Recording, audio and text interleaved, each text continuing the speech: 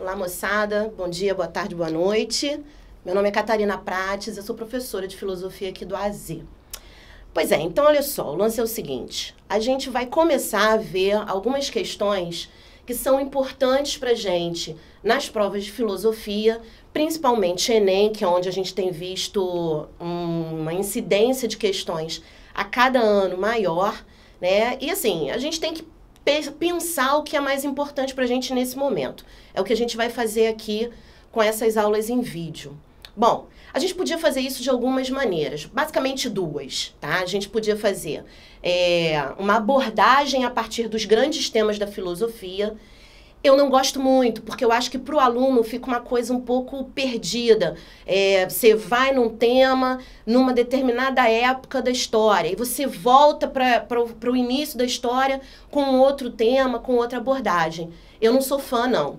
Eu prefiro fazer uma abordagem cronológica mesmo. A gente pegar o inicinho, como é que a filosofia surge, e aí, a partir de então, a gente vai pensando as questões dos grandes temas a partir dessa cronologia da filosofia. Beleza? Vamos fazer assim, então.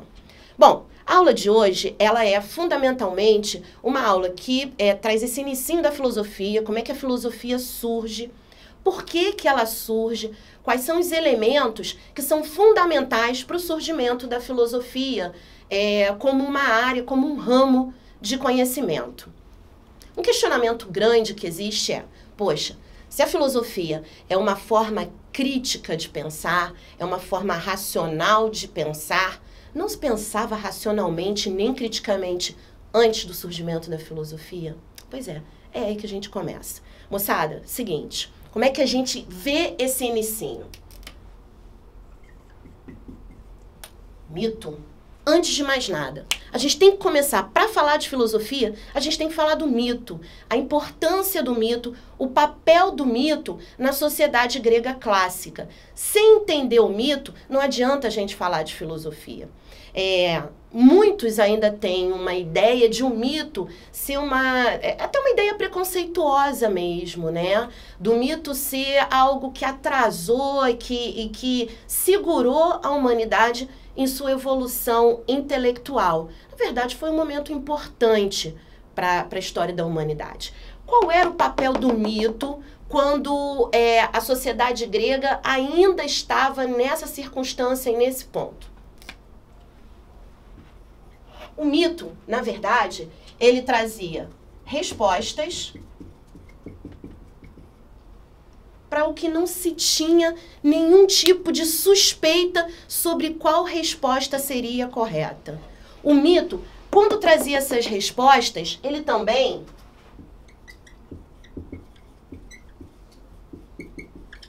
acomodava as pessoas. Vamos pensar no seguinte: tentem imaginar uma sociedade sem ciência desenvolvida. Beleza. Tentem imaginar essa sociedade com indivíduos dentro desse grupo tendo que conviver com uma mega tempestade. O que é isso? Não há explicação para o que é isso. Hoje, para a gente, pode parecer muito simples, né? Porque a gente, lá no ensino fundamental 1, no segundo, no terceiro ano do ensino fundamental 1, a professora dá uma aula pra gente do ciclo da água na natureza. Cara, a gente entende a chuva. Pra gente é muito tranquilo. Mas esses caras não tinham isso. Então, eles viviam num mundo que eles não entendiam, que eles desconheciam e que era ameaçador. Então, o mito, quando ele trazia essas respostas de por que chove, ele trazia também uma acomodação ao indivíduo a esse mundo desconhecido. Tentar fazer com que esse cara tenha a possibilidade de viver num mundo que para ele era desconhecido, que ele temia. Beleza. Se a gente for tentar fazer uma transposição disso, será que ainda existe hoje? Claro que existe. Sabe quando você era pequeno e aí você estava na casa da tua avó, passando as férias, e tinha aquela chuva de verão, aquele pancadão assim, chovia pra caramba, e aí você ficava com medo? Sua avó falava assim pra você: não fica com medo não, sabe o que é isso? É São Pedro que tá lavando a casa. Ou então é São Pedro que tá chorando. É uma explicação totalmente relacionada com esse papel aqui que o mito exercia. Tranquilo? Beleza. Só que o que acontece? Chega uma hora que isso não dá mais. Você cresceu, né? Aí você foi para a escola e falou, vó, não acredito, cara, que você falou para mim durante tanto tempo que era São Pedro arrastando o móvel e lavando a casa. Não acredito. Minha professora explicou o ciclo da água na natureza. É nesse momento que o mito perde a sua função. E aí, aqui,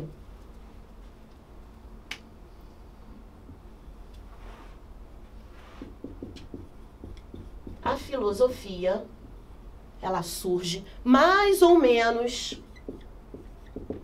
no século VI a.C. E ela vai fazer essa passagem do que a gente chamava de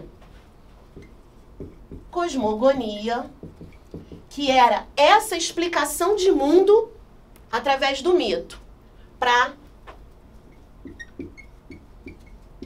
cosmologia, que é justamente a explicação do mundo através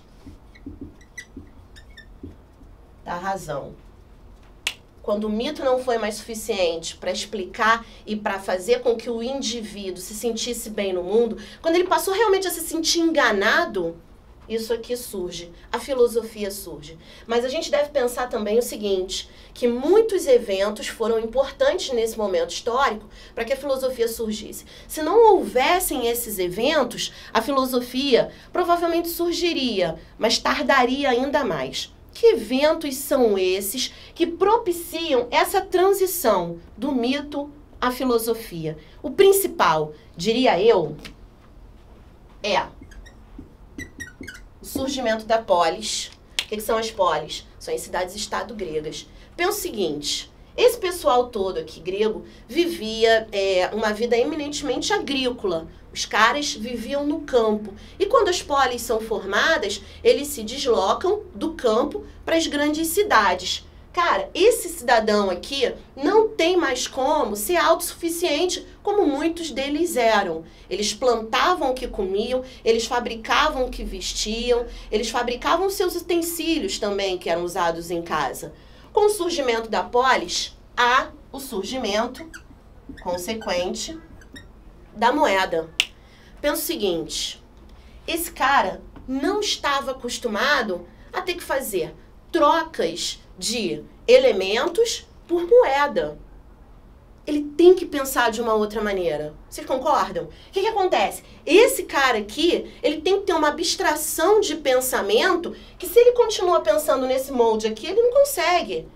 Pensando através do mito, que acomoda, que faz com que ele não tenha que se esforçar para mudar, ele não consegue se adaptar a essa nova conjuntura social. Além disso, a gente tem também a invenção do calendário. É muito interessante que a invenção do calendário, o calendário como nós conhecemos hoje, ele traz uma nova perspectiva do indivíduo sobre o tempo, né? Ele faz com que o cara deixe de acreditar que a vida dele, como antes acreditava, estava completamente em torno da vontade dos deuses. Quando ele começa a pensar o tempo, o que ele faz? Ele se desliga de ser uma marionete dos deuses e entende que o tempo é um elemento à parte, que o tempo existe de maneira subjetiva até, e não sob controle desses deuses. Então, moçada, todos esses eventos aqui, eles contribuem para que haja um desligamento cada vez maior desse modo de pensar e agir e que o indivíduo assuma necessariamente esse novo modelo, senão ele não sobrevive. Beleza? Vamos lá. Filosofia surge. Com o surgimento da filosofia, quem são então, porque não é uma geração espontânea, certo? Quem são as pessoas que estão envolvidas com o surgimento da filosofia? São os filósofos, que nós chamamos pré-socráticos. Tranquilo? Beleza. Agora os nomes são maneiros. São uns nomes bonitos, sugestões de nomes para os filhos de vocês no futuro. Ainda mais se for nome composto. Fica legal. Vamos lá. Heráclito. Heráclito, bonito nome. E aí sempre vem acompanhado da cidade. Heráclito de Abdera, né? O que seria o sobrenome que identificava o cara era a cidade de onde ele vinha. Demócrito, Aqui, Tales. Deve ter Tales vendo aí. Beleza. Vamos partir desses três caras aqui. Bom, se a gente sai do mito, da cosmogonia, da compreensão do mundo através do mito, e assume uma cosmologia, que é essa compreensão do mundo através da razão, para que eu possa continuar vivendo nesse mundo de forma adequada, o que eu estou buscando, então, agora, se o mito não é mais a minha resposta? Esses filósofos, os pré-socráticos, eles buscam o que a gente chama de arquê. Cara, aí que tá a grande dificuldade, talvez. O que é arquê? A gente não tem na língua portuguesa uma palavra exatamente que traduza o que é arquê. A gente tem uma ideia para arquê. Arquê, do grego, seria o elemento fundamental que está presente em todas as coisas no universo. É isso que esses filósofos pré-socráticos buscam. Olha a sacada dos caras. Eu preciso entender o mundo, não é isso? Se eu preciso entender o mundo, se eu conseguir achar um elemento comum a todas as coisas que estão no mundo, eu domino. Se eu consigo perceber o que é comum a mim, a essa caneta e a câmera que está me filmando, eu consigo dominar o conhecimento do mundo que eu vivo. Isso é arquê. É o elemento fundamental que está presente em tudo. Só que a arquê, para cada um desses filósofos aqui, vai ser um elemento diferente. Tales. Tales é reconhecido na história da filosofia como o primeiro filósofo. E a arquê para Tales está na água. Seguinte, não é a água o copo d'água, não pensa num copo d'água, a ideia não é essa. É a água como elemento, como princípio úmido que existe em tudo. E eu acho que as justificativas dele são até consideradas muito boas. Vamos pensar o seguinte, cara. Esses cidadãos aqui, eles não tinham um laboratório. O que eles faziam? Daí talvez até a fama um pouco de maluca do filósofo, né? Imagina um cara que passa dias observando uma formiga. O cara fica seguindo aquela formiga por onde ela vai. E aí, depois ele tenta fazer anotações sobre o que ele observou. O cara introspectivo, o cara que parece que está observando alguma coisa que não faz muito sentido, é esse cara aqui, que corta uma laranja, como fez o Tales, e fica observando o que vai acontecer com aquela laranja com o passar do tempo. Bom, quando ele corta a laranja, esse princípio úmido que ele observa na laranja, que é a água, ela vai desaparecer, né? A laranja vai escorrer inicialmente e aos poucos ela vai perder totalmente a umidade. Ela vai secar. Então, quando ela desidrata, ele diz o que fazia com que aquela água, com que aquele elemento continuasse vivo, era a água. Então, ele parte daí para o pressuposto de que tudo que existe no universo é composto de água. Demócrito é o primeiro atomista da história. Ele considera o átomo como arquê, esse elemento que está presente em tudo. Claro, ele não tinha a menor condição de definir o átomo como nós conhecemos hoje, mas a ideia fundamental do átomo como menor princípio presente em todas as coisas começa aqui, com o Demócrito. Vamos falar... Gente, olha só, existem muitos outros filósofos pré-socráticos. Eu estou citando só alguns e a arquê para cada um deles, para que vocês tenham ideia dessa diversidade de ideias e conteúdos mesmo novos sobre o conhecimento que não existia aqui. Olha a transição que a gente fez.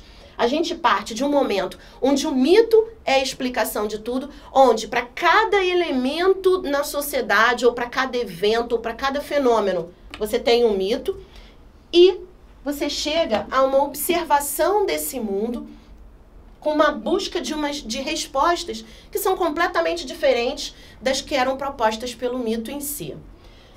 Beleza, para Heráclito, a arquê não é exatamente um elemento.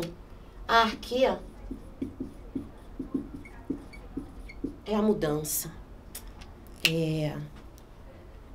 para Heráclito, tudo muda o tempo todo. E aí, aquela frase que você conhece, que você nunca vai poder entrar num rio, no mesmo rio mais de uma vez, é do Heráclito. Por que ele fala isso? Você nunca vai entrar no mesmo rio 2 vezes. Porque a água do rio não é a mesma. E vamos além? Você não é o mesmo. Cara, olha só, seu cabelo tá caindo, foi mal. Sua unha tá crescendo, seu sangue tá circulando. Você, a cada segundo que passa, não é mais o mesmo. Se você não é mais o mesmo fisicamente, você também, intelectualmente, por exemplo, não é mais o mesmo. Você vai terminar essa aula muito mais esperto do que você começou, concorda? Beleza. Então, moçada, é o seguinte, a grande ideia dos pré-socráticos, a grande novidade é essa. E pensem o seguinte, é assim que nós pensamos. Hoje, a nossa herança, a herança do pensamento ocidental contemporâneo, vem toda daqui, do racional. Quando alguém tenta te enrolar, você relaciona essa enrolação, essa história para boi dormir, com mito. Ah, o mito não existe mais? Existe. Nós ainda temos muitos elementos na nossa sociedade que são heranças do mito, mas não é o pensamento predominante. Onde é que o mito se manifesta ainda hoje? Sabe quando você vai a um casamento? Se não for um casamento de alguém conhecido, geralmente é um negócio bem chato, né? E você anseia pelo momento que a noiva vai jogar o buquê. Porque é um momento mais divertido, onde as mulheres perdem a linha. Beleza.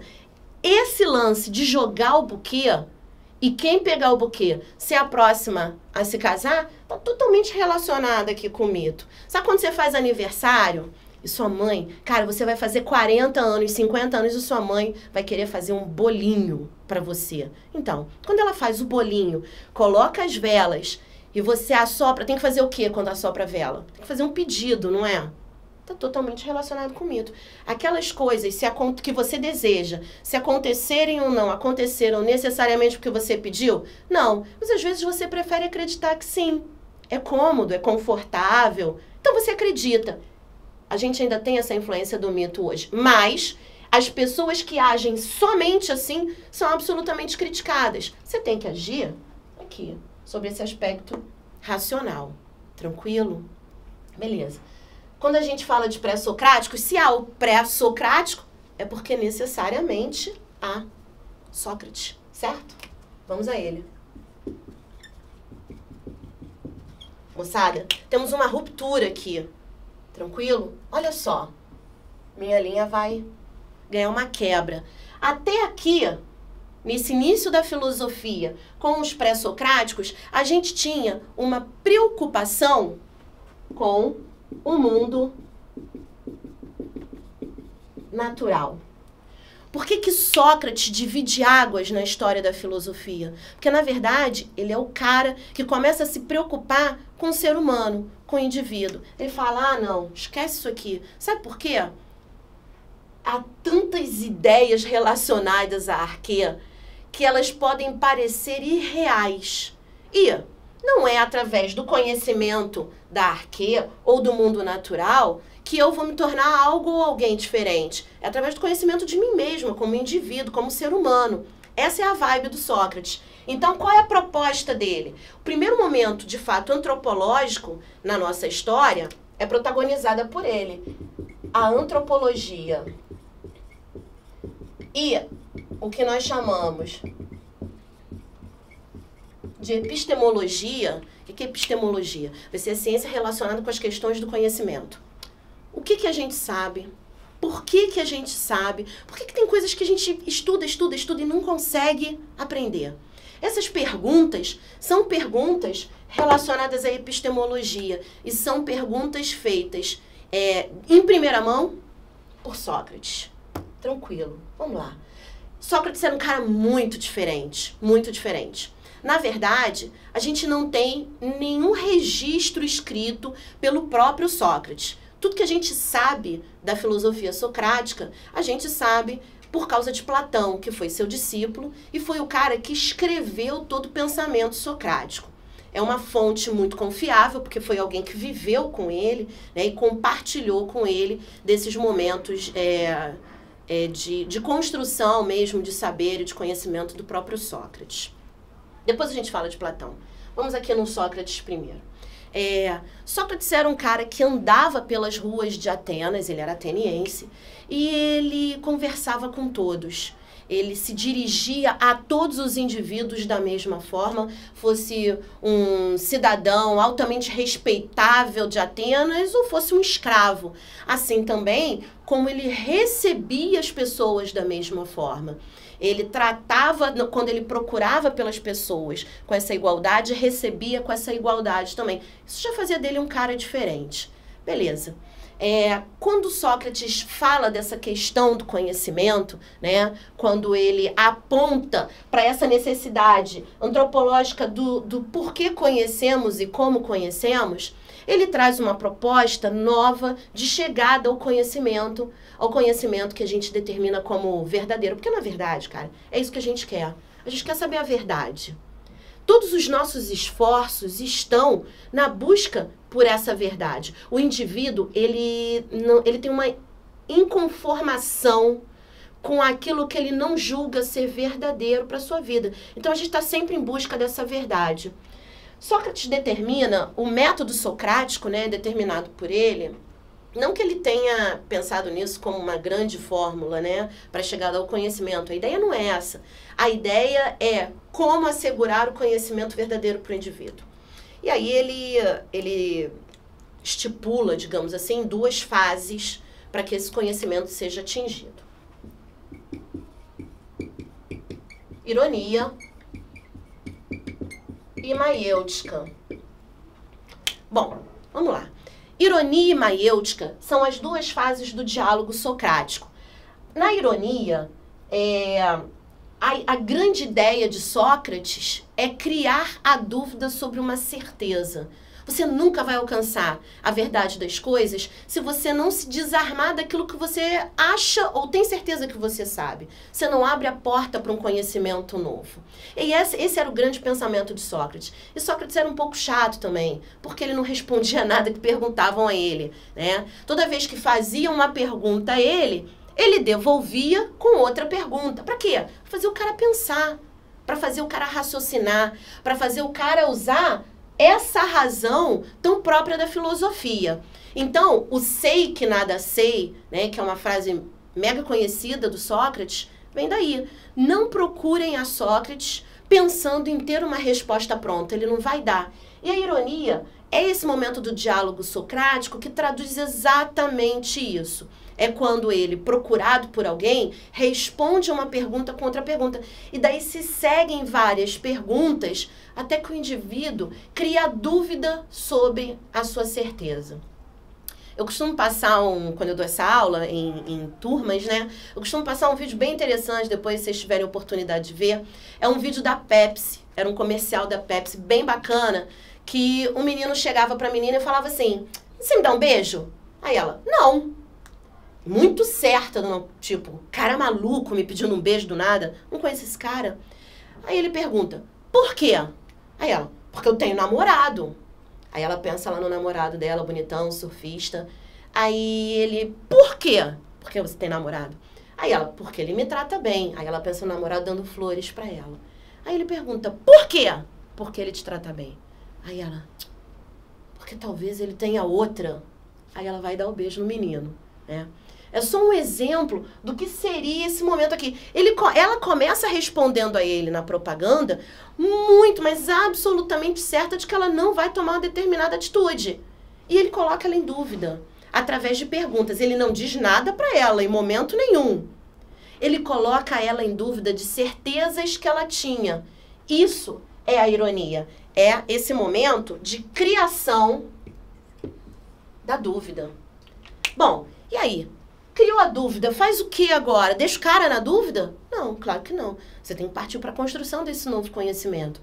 Essas perguntas continuarão acontecendo e aí é que se inicia a maiêutica. Maiêutica vem do grego, que significa dar à luz. E aí a moçada aqui, ó, da aula de filosofia, gosta de fazer uma alusão à mãe, à profissão da mãe de Sócrates, ela era parteira. Então costuma-se dizer que ele denominou maiêutica como esse momento de chegada ao conhecimento, como uma homenagem à mãe dela, mas isso é só mais uma história. A maiêutica, na verdade, é essa saída da ironia, onde se criou a dúvida, e aí você continua nesse processo de perguntas e respostas, mas agora para a chegada e a construção desse novo conhecimento. Percebam o seguinte: começa na ironia, mas nunca termina na maiêutica, porque se você considerar que terminou, você volta ao seu estado natural, seu estágio anterior, que é eu sei. E o importante para Sócrates é ter essa certeza de que não se sabe. Só assim a gente está aberto a novas ideias e a novos conhecimentos. Tranquilo, vamos lá. Bom, isso aqui é importantíssimo a gente saber, né? Esse processo que para Sócrates leva à aquisição de conhecimento. Como é que termina essa história de Sócrates? Isso é importante para um segundo momento em que a gente vai falar de Platão. Conheço Sócrates, se incomodou muito. A partir do momento que ele andava pelas ruas, conversava com todos da mesma forma e trazia, moçada, percebe isso, da independência para o cara. O cara não precisa de um professor, o cara não precisa de um mestre, o cara tem as ferramentas para sozinho construir seu próprio conhecimento. A partir do momento que ele se questiona e esses questionamentos viram novos conhecimentos, você instrumentaliza o cara para ser autônomo criticamente, para ser racional de forma autônoma. E isso é muito perigoso para quem está no poder. Quando você cria uma sociedade que pensa, uma sociedade que é autônoma, você está criando pessoas perigosas para quem está no poder. A partir dessa nova realidade, Sócrates passa a ser extremamente perseguido pelos poderosos de Atenas, e aí ele é preso, é julgado, e ele tem a oportunidade, como era de costume na época, de se defender das acusações que eram feitas a ele, de corruptor da juventude, por exemplo, né? Ele atraía muito a atenção dos jovens por esse jeitão que ele tinha, né? E aí ele é acusado além de outras coisas, né? Mas vamos focar aqui no corruptor da juventude. E aí ele, quando preso e levado a julgamento, ele tem a oportunidade, como era de costume na época, de se defender. Mas ele não faz. Ele prefere não fazer. Ele entende que assumir aquelas acusações, se defendendo delas, seria como aceitar que ele estava agindo mal. Em momento nenhum ele acreditou que ele estava agindo mal. Então ele faz um discurso, mas ele não se defende nesse discurso, ele aceita essas acusações, né? Então corromper a juventude é fazer o que eu fazia, fazer com que as pessoas pensassem por si mesmas, então tá bem, então eu sou um corruptor da juventude. Então ele é condenado à morte. E a condenação era beber cicuta, que era um veneno da época muito usado na execução dos condenados. E Sócrates, então, morre deixando essa marca forte na história da filosofia, que vai ter fortes consequências nos anos que virão logo em seguida, com Platão e também com Aristóteles, que nós veremos em breve. Moçada, foi um prazer estar com vocês. Espero que vocês tenham conseguido absorver algumas das coisas que a gente falou. Se não, volta no início do vídeo. Valeu, beijo para todo mundo. Tchau, tchau.